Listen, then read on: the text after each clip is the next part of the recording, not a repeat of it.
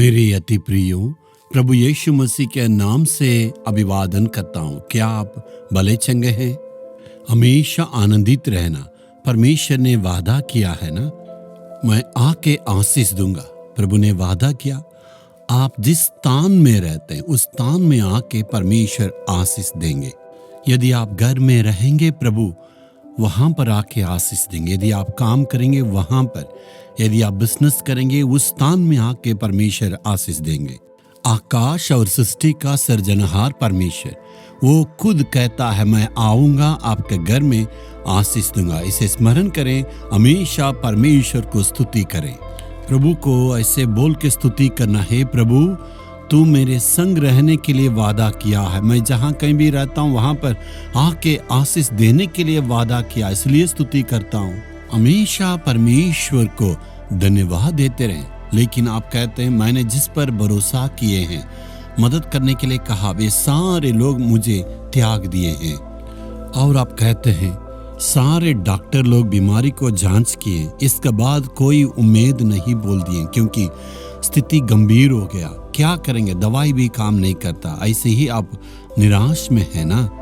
लेकिन प्रभु का वचन पर देखिए, यशायाह 62:12 में, तेरा नाम ग्रहण की हुई अर्थात न त्यागी हुई नगरी पड़ेगा। इस वचन का मतलब यह है, इस संसार में करोड़ों लोग पाए जाते हैं। उन लोगों के बीच में परमेश्वर ने आपको ढूंढ के पाया और कहता, तू मेरा बेटा और तू मेरी बेटी है। सबसे सौभाग्य की बात है, आकाश और पृथ्वी की सृजनहार परमेश्वर ने हमें ढूंढ के पाया और कहता, तू मेरा बेटा और बेटी है। प्रभु का वचन कहता है, तुम कभी भी त्यागी हुई बेटा बेटी नहीं है। चाहे जिस मनुष्य पर भरोसा किए वे आपको त्याग दिए, लेकिन परमेश्वर क्या ऐसे कहा, मैं तो असमर्थी हूँ, मुझसे काम कठिन है, मैं इतना बड़ा काम नहीं कर सकता हूँ। क्या प्रभु ऐसे कहा है? परमेश्वर कहता है, मैं तुझे कभी भी नहीं त्यागूंगा। इसका मतलब किसने कहा आप त्यागे हुए हैं? आप ये जान जाइएगा, परमेश्वर आपको कभी भी नहीं त्यागेगा। 1974 में परमेश्वर ने सेवा में बुलाया। आज 50 साल पूरा हो गया। मैंने प्रभु से विनती की, हे प्रभु, मैं तेरे हाथों को पकड़ूंगा तो कभी कभी मैं छोड़ सकता हूँ, तू मेरे हाथ पकड़ के अगुवाई करना है। प्रभु ने कहा, जी हाँ, मैं तेरे दाहिने हाथ पकड़े तुझे अगुवाई करूंगा। मैंने अर्पण किया, परमेश्वर ने अगुवाई किया। ये एक वाचा के रूप में है। हालातों को देखेंगे और परेशानियों को देखेंगे तो जरूर ये सेवा से पीछे हट सकते हैं।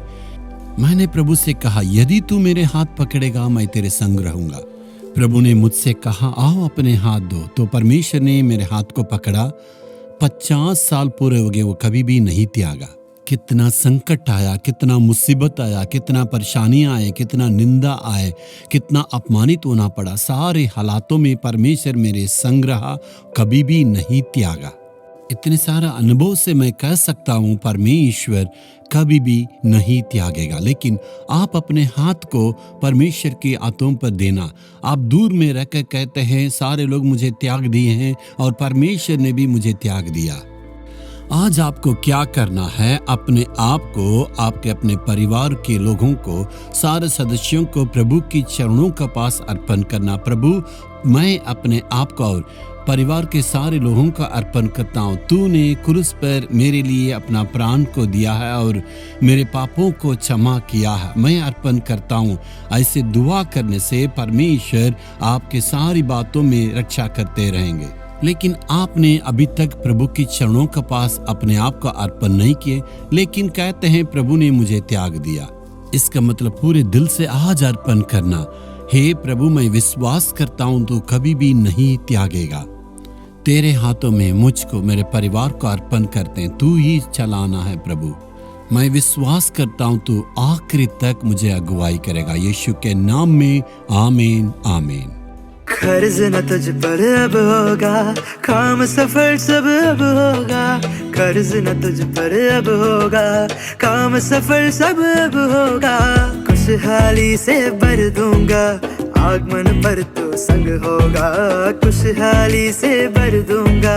आगमन पर तो संग होगा, बस तेरे लिए ही मैंने जान क्रूस पर दी। संग रहने को बस तेरे मैं जी उठा हूँ फिर से, बस तेरे लिए ही मैंने जान क्रूस पर दी। संग रहने को बस तेरे मैं जी उठा हूँ फिर से।